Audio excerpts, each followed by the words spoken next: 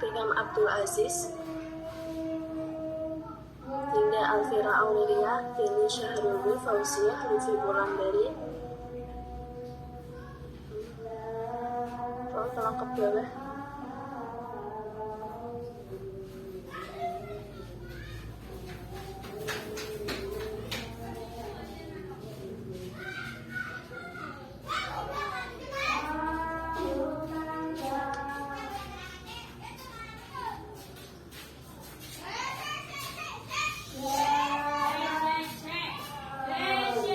Kalimat efektif apabila dalam penulisan gagasan pada sebuah kalimat dapat dipahami oleh penulis, pembicara maupun pembaca. Syarat kalimat efektif. Ketika kita hendak menulis sebuah wacana, maka haruslah kita sebaiknya memahami bagaimana cara menggunakan kalimat yang baik terlebih dahulu, mulai dari memperhatikan komponen terkecil yakni subjek, predikat dan objek hingga kaidah kebahasaan yang tinggi. Di dalam kalimat efektif terdapat syarat-syarat yang harus dipenuhi, yakni mencangkup penggunaan subjek, predikat, objek, keterangan yang jelas hingga memperhatikan tanda tanya. Ciri-ciri kalimat efektif. Berdasarkan artikel dari Iburnews, kalimat efektif memiliki ciri-ciri sebagai berikut. A. Kesepadanan. Yang dimaksud dalam kesepadanan dalam kalimat efektif ialah keseimbangan antara pikiran, gagasan, dan struktur bahasa yang dipakai. B.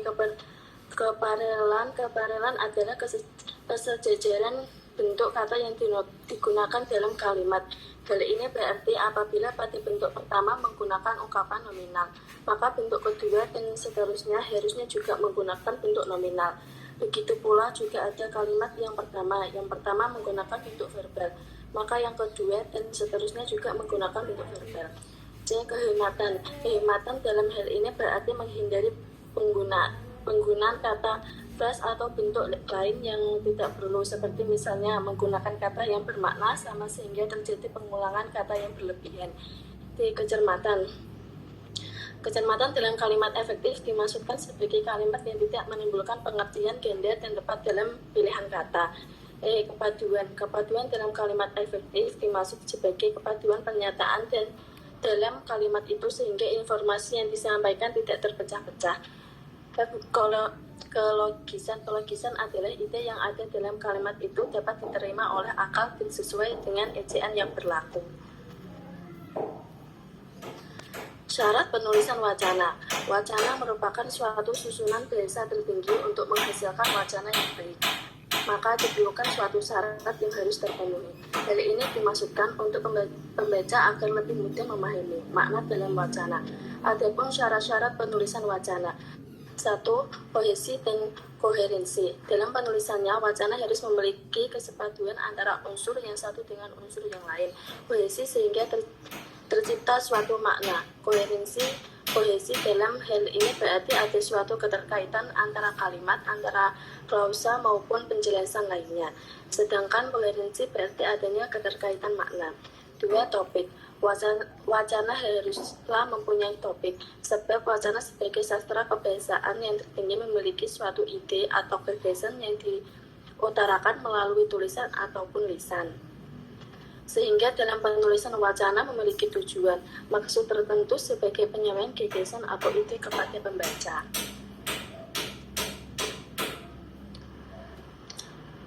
Syarat penulisan wacana. 3. Tuturan wacana merupakan suatu tuturan ide atau gagasan yang dimana harus dituturkan secara baik dan jelas. Tuturan dalam hal ini merupakan pemaparan topik sebagai penjelas. 4. Proporsional. Dalam penulisan wacana haruslah proporsional atau seimbang antara kata, kalimat, atau gagasan dengan topik yang dibahas.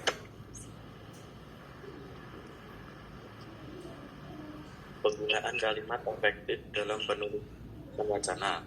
Untuk membuat wacana yang baik dan terstruktur dengan rapi serta mudah untuk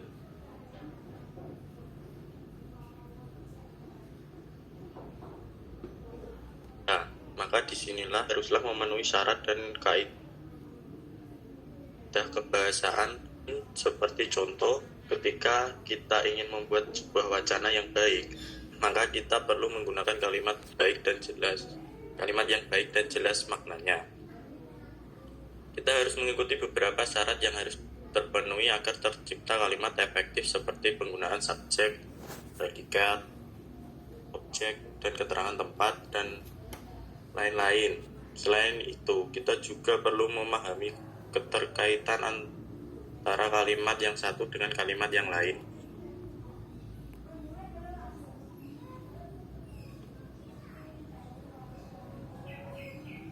Penggunaan kalimat efektif dalam penulisan wacana. Adapun penggunaan kalimat efektif dalam penulisan wacana haruslah memenuhi beberapa syarat, yakni 1. Kehematan kata dalam penulisan wacana yang baik. Kalimat yang digunakan haruslah memperhatikan penghematan kata.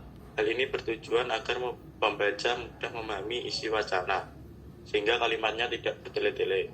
Contoh, kalimat efektif: karena pemalas, dia mendapatkan nilai jelek ketika ulangan. Dan contoh kalimat tidak efektif yaitu: karena dia pemalas, dia mendapatkan nilai jelek ketika ulangan. Dalam contoh tabel di atas, terlihat bahwa ada penggunaan subjek yang berlebihan dalam satu kalimat, sehingga perlu adanya penghematan kata supaya kalimat menjadi lebih efektif dan tidak berkesan berlebihan.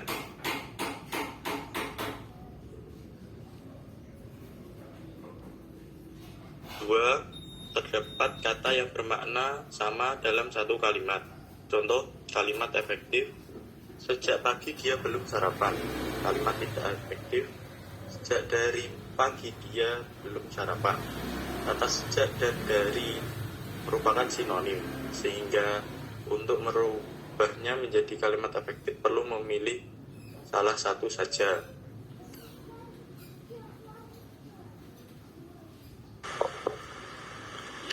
Kecermatan penalaran. Dalam penggunaan kalimat efektif pada penulisan wacana terdapat kecermatan penalaran, yang artinya dalam penulisan wacana kalimat efektif harus memperhatikan pemilihan kata-katanya supaya tidak menimbulkan makna yang ganda. Contoh kalimat efektifnya: yang pertama, mahasiswa yang terkenal itu mendapatkan juara pertama pada Olimpiade Matematika. Contoh yang kedua, mahasiswa dari Unisula yang terkenal itu mendapatkan juara pertama pada Olimpiade Matematika. Contoh kalimat tidak efektif: mahasiswa Unisula yang terkenal itu mendapatkan juara pertama pada Olimpiade Matematika. Dalam contoh kalimat di atas terdapat tafsiran ganda. Kata terkenal dapat merujuk pada dua aspek. Aspek pertama adalah mahasiswanya dan aspek kedua adalah Unisula, sehingga menimbulkan tanda tanya. Apakah kata terkenal berarti mahasiswanya yang terkenal? Apakah kata terkenal berarti Unisula yang terkenal? Sehingga dalam penulisan kalimatnya supaya menjadi kalimat yang efektif perlu melakukan pemilihan kata yang cermat untuk menghindari tafsiran ganda.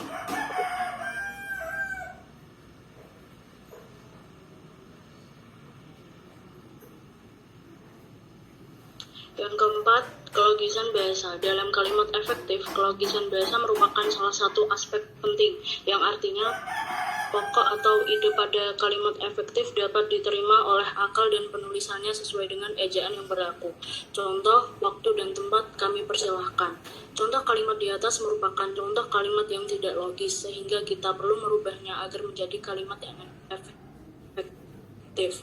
Sehingga kata waktu dan tempat harus diganti menjadi subjek berupa orang yang akan diberi waktu dan tempat untuk berbicara.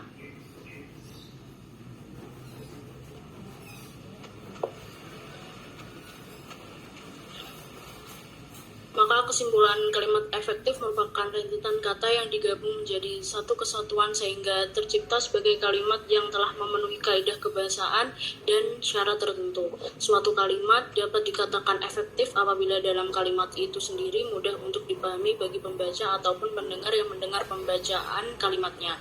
Kalimat efektif haruslah memiliki bahasa yang logis dan tidak terdapat kata yang bermakna ganda dalam 13 satu kalimat. Penggunaan kalimat efektif pada penulisan wacana sangat dibutuhkan. Terima kasih.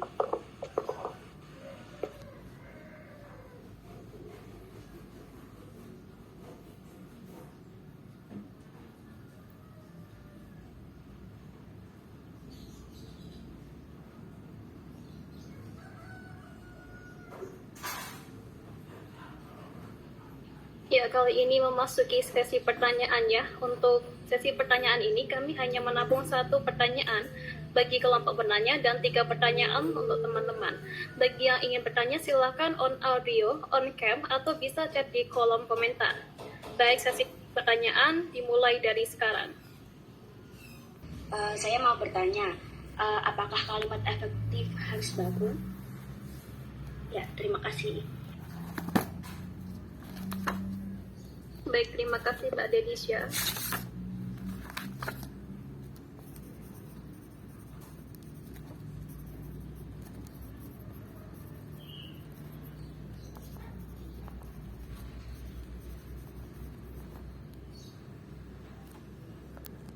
Pertanyaan akan ditampung dulu ya.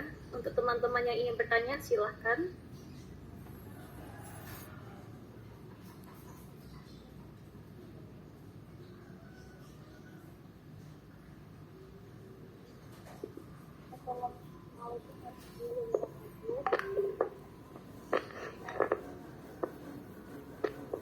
Perkenalkan, nama saya Lina Sofana. Mau bertanya kepada kelompok 6. Mengapa saat bercerita harus menggunakan kalimat efektif? Terima kasih.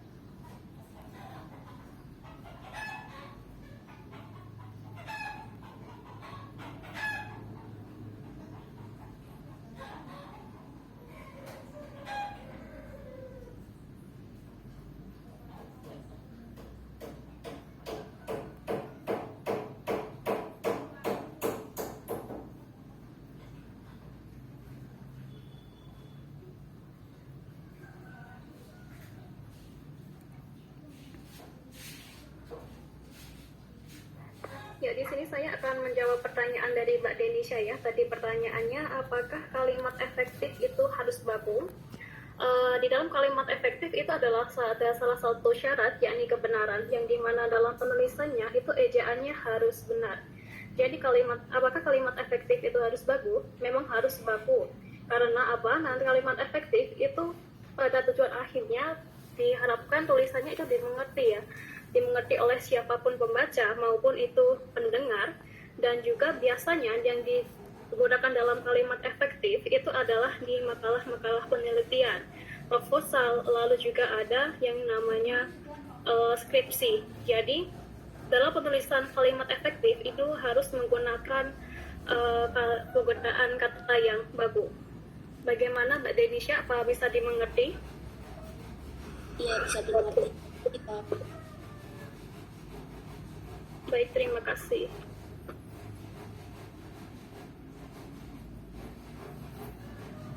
Saya akan menjawab pertanyaan dari Mbak Lina Sofana yang berbunyi, mengapa saat berbicara harus menggunakan kalimat yang efektif?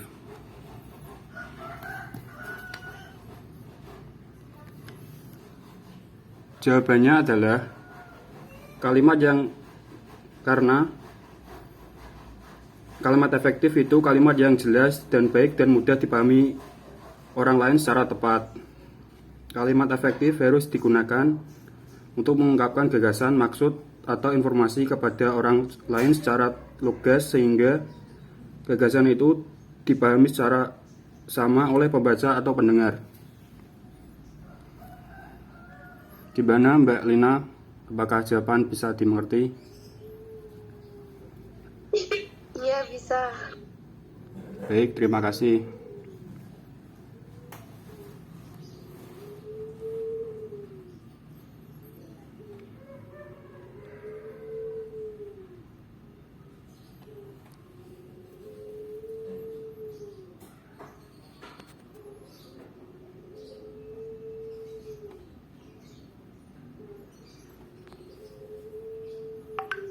Oh, kalau nggak ada yang nanya lagi, lanjut ke tim penilai aja, Pak. Baik, masuk ke sesi penilaian ya. Untuk untuk kelompok penilai bisa mengemukakan evaluasinya mengenai kelompok 6, bisa dimulai dari sekarang ya.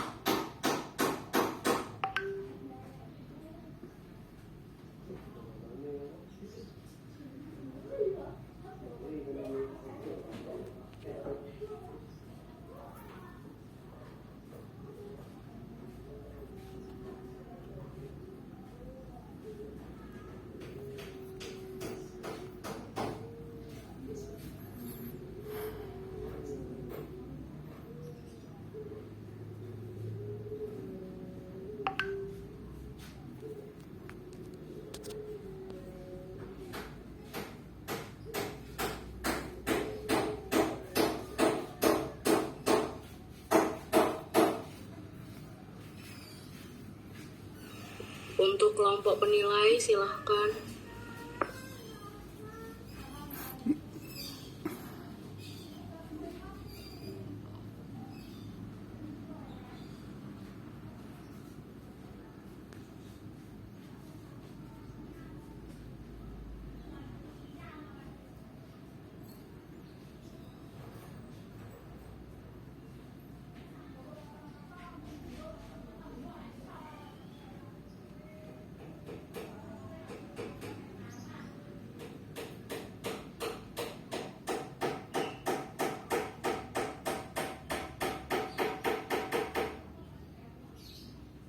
Baik, dikarenakan kelompok penilai belum siap, nanti bisa menyusul ya. Untuk sebagai akhir kata, saya sebagai Fauzia mohon maaf sebesar-besarnya apabila ada kata-kata yang kurang berkenan, dan juga kelompok kami mengucapkan terima kasih atas partisipasi Anda dan juga keaktifan Anda dalam tanya. Terima kasih. Wassalamualaikum warahmatullahi wabarakatuh. Waalaikumsalam warahmatullahi wabarakatuh. Waalaikumsalam warahmatullahi wabarakatuh.